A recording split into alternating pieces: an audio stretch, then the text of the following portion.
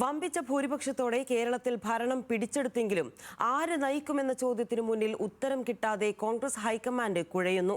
മുഖ്യമന്ത്രി പദത്തിനായി K C. Venugopal, VD. Satheesan, Ramesh Chennithala എന്നിവർ അവകാശവാദത്തിൽ ഉറച്ചുനിന്നതോടെ high command വിളിച്ചു ചേർന്ന മാരത്തൺ ചർച്ചകളും തീരുമാനമാകാതെ പിരിഞ്ഞു. ശനിയാഴ്ച വൈകുന്നേരത്തോടെ പ്രഖ്യാപനമുണ്ടാവുമെന്ന് കരുതിയെങ്കിലും AICC അധ്യക്ഷൻ മല്ലികാർജുൻ ഖാർഗെയുടെ വസതിയിൽ നടന്ന 3 മണിക്കൂർ നീണ്ട ചർച്ചകൾ വിഫലമായി. രാഹുൽ ഗാന്ധിയുടെ സാന്നിധ്യത്തിൽ നടന്ന ചർച്ചയിലും നേതാക്കൾ പരസ്പരം വിട്ടുവീഴ്ചയ്ക്ക് തയ്യാറായില്ല. ഭൂരിഭാഗം MLA-മാരുടെ പിന്തുണയും ഹൈക്കമാൻഡുമായുള്ള അടുപ്പവും കെ.സിയുടെ കരുത്തായി മാറി. ഹൈക്കമാൻഡും കെ.സിയുടെ നിലപാടിനൊപ്പം നിന്നതോടെ ജനപിന്തുണയും ഘടകകക്ഷികളുടെ വിശ്വാസവും തനിക്കൊപ്പമെന്ന് സതീശൻ വാദിച്ചു.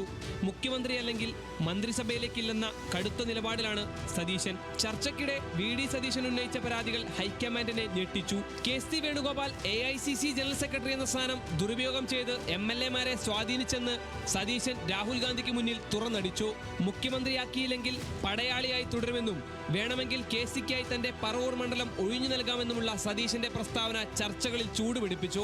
സീനിയോറിറ്റിയും ഭരണപരിചയവും പരിഗണിക്കണമെന്ന ആവശ്യത്തിൽ ചെന്നിത്തല ഉറച്ചുനിന്നു.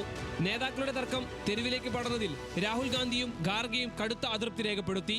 ഇതോടെ തമ്മിലടി അവസാനിപ്പിക്കാതെ മുഖ്യമന്ത്രിയെ പ്രഖ്യാപിക്കാനില്ലെന്ന് കടുത്ത നിലപാട് രാഹുൽ ഗാന്ധി സ്വീകരിച്ചു.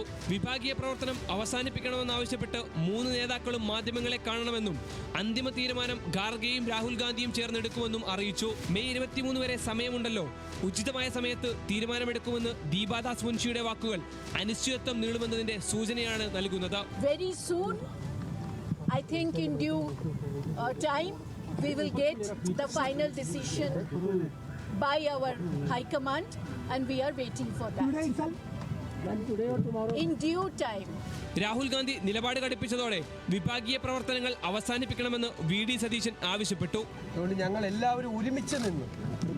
നിങ്ങളോട് എല്ലാവരോടും, എല്ലാ UDF പ്രവർത്തകരോടും ഞങ്ങൾ അഭ്യർത്ഥിക്കുന്നു, ഇന്നു മുതൽ അത്തരം ഒരു പ്രവർത്തികളും ചെയ്യരുത്. സംസ്ഥാനത്ത് വെച്ചിരിക്കുന്ന എല്ലാ ഫ്ലെക്സ് ബോർഡുകളും പറ്റുമെങ്കിൽ ഇന്ന് രാത്രി തന്നെ നീക്കം ചെയ്യണം. ആരെയും മോശക്കാരാക്കി വേദനിപ്പിക്കരുതെന്നായിരുന്നു കെ.സി. വേണുഗോപാലിന്റെ അഭ്യർത്ഥന. എൻ്റെ പേരിലോ അല്ലെങ്കിൽ രമേശിയുടെ പേരിലോ സതീഷിൻ്റെ പേരിലോ ആരെങ്കിലും വ്യക്തിപരമായിട്ട് ഇഷ്ടപ്പെടുന്നതിനും തെറ്റില്ല. പക്ഷേ മറ്റുള്ളവരെ മോശമാക്കാനോ അല്ലെങ്കിൽ ബോർഡ് വെക്കാനും പ്രകടനം നടത്താനോ ഒക്കെ പോകുന്നത് അവസാനിപ്പിക്കണമെന്ന് വിനീതമായിട്ട് അഭ്യർത്ഥിച്ചു. ഒന്നിച്ചു മുന്നോട്ട് പോകുമെന്ന് രമേശ് ചെന്നിത്തല പ്രതികരിച്ചു. ചർച്ചകളിൽ തൃപ്തനാണോ? കോൺഗ്രസ് പ്രസിഡന്റ് അല്ലേ ഇനി മറ്റു കാര്യങ്ങൾ തീരുമാനിക്കും. തർക്കം പരിഹരിക്കാൻ വിവിധ ഫോർമുലകൾ ഹൈക്കമാൻഡ് ആലോചിക്കുന്നുണ്ട്. സതീശൻ മുഖ്യമന്ത്രിയായാൽ കെ.സി. വേണുഗോപാലിനെ AICC ഉപാധ്യക്ഷനാക്കി ദേശീയ രാഷ്ട്രീയത്തിൽ നിലനിർത്തുക. പ്രധാന വകുപ്പുകളിൽ കെ.സി. വേണുഗോപാൽ പറയുന്ന ആളുകൾക്ക് മുൻതൂക്കം നൽകുക.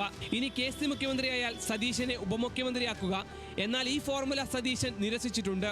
വിഭാഗീയ പ്രവർത്തനങ്ങൾ അവസാനിപ്പിക്കണമെന്ന നേതാക്കളുടെ ആഹ്വാനം ശിരസാ വഹിച്ച് കോൺഗ്രസ് പ്രവർത്തകർ ഫ്ലക്സുകൾ നീക്കം ചെയ്തു തുടങ്ങി.